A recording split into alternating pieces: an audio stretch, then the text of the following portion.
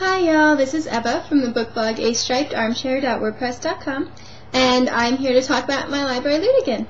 Last week I said that I wasn't going to get books from the library this week, because I already have so many checked out, and that was completely my intention.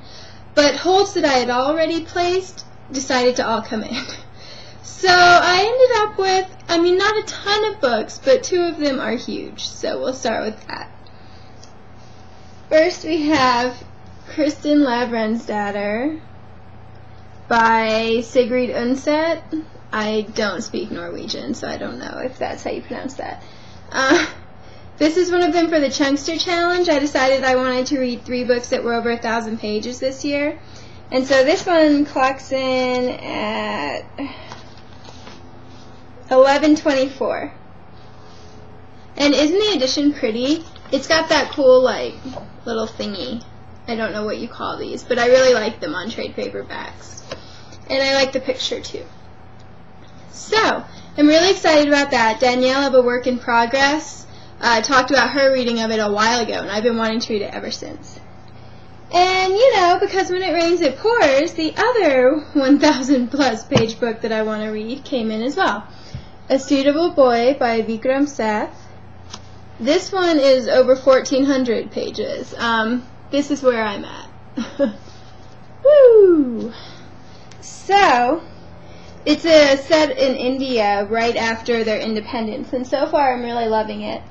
I love huge books. I love getting lost in them and the characters and knowing that I'm going to be there for a while, so the only thing that even worries me about having them in at the same time is just trying to get them all read, because I know at least one of them has a hold on it, so I only have it for 3 weeks.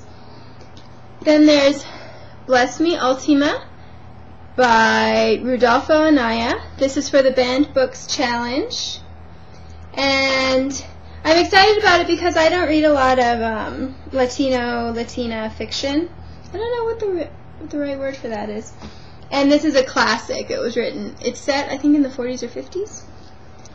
Hard Love by Ellen Whitlinger. I think this is for the challenge that dare not speak its name, the GLBT challenge. And what really appealed to me about it is that it's about a guy who falls in love with a lesbian. It's young adult literature. And usually it seems like a lot of books have girls falling in love with gay boys, but not the other way around, so should be interesting. Then The Knife of Never Letting Go by Patrick Ness. I actually read this in the library. Even though it looks long, it's a children's book, so it reads pretty fast. And, see, there's a lot of choppy sentences.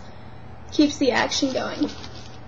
I'm going to be doing a big group review of this with Chris and Debbie and Kaylana and I think anyone else who wants to join us, so it should be fun.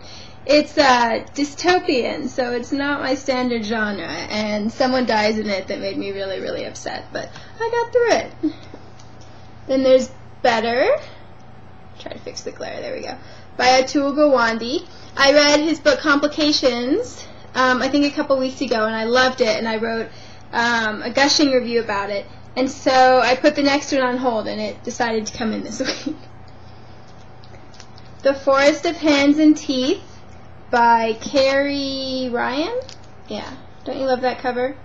This one I'm probably going to count for the RIP challenge. I was thinking to myself a couple weeks ago, gee, I've never read a book with zombies in it, because, that's what I do. And then I went to Heather's blog over at A High and Hidden Place, and she was talking about zombie books, and this one sounded really cool. And it talks about the sisterhood, which is exciting. It balances out the brotherhood that I seem to read about in a lot more books. Then there's Half the Sky, by Nicholas Kristof and Cheryl Woodun, and the subtitle is Turning Oppression into Opportunity for Women Worldwide. Kristof does a lot of kind of investigative journalism for the New York Times, and a lot of it focuses on the plight of women around the world. He did a really sad piece on sex trade. Anyway, so I saw this talked about somewhere, and I put it on hold at the library, and I was like number 6 in line, so I don't know why I got it already. It was just published, I think, this week or last week. So, and oh no, 2 more. Okay, then this is the one that I have to take responsibility for because I just put it on hold this week. It's Palomar by Gilbert Hernandez. Anna and I were talking on Twitter, and she said that this is if Gabriel Garcia Marquez wrote graphic novels. And I love Gabriel Garcia Marquez, so I immediately had to put it on hold. Do you see how big it is? It weighs like a ton. I'm getting a nice little workout here holding it. So it should be interesting. My mom was flipping through it, and it sounds like it's going to be very, I don't want to say graphic, because that's like a pun, and I don't do puns, but you know what I mean. Very raw. There's a good word. So we'll see. And finally, way over here, we have 20th Century Ghost by Joe Hill on CD. I really loved Heart-Shaped Box, so I've been wanting to read his short story collection, and I really enjoy books on CD. So now I have this one and Wicked Lovely, because I've pretty much finished up the one that I was listening to before. I'm not sure which one I'm going to be able to decide between, but it should be interesting. The only other short stories I've listened to on CD are the Jeeves and Wooster stories, and I love those. So I think it's a good format, and it lends itself to audio versions. And there we go. It's only 10 books, even if, you know, 2 of them are ridiculously huge. I think the graphic novel counts as ridiculously huge, too. And I hope that you guys all share your library loot. Marge is going to be hosting the Mr. Linky this week. And hopefully I'll see you next week. Bye, guys. I never get my hand in the frame, do I?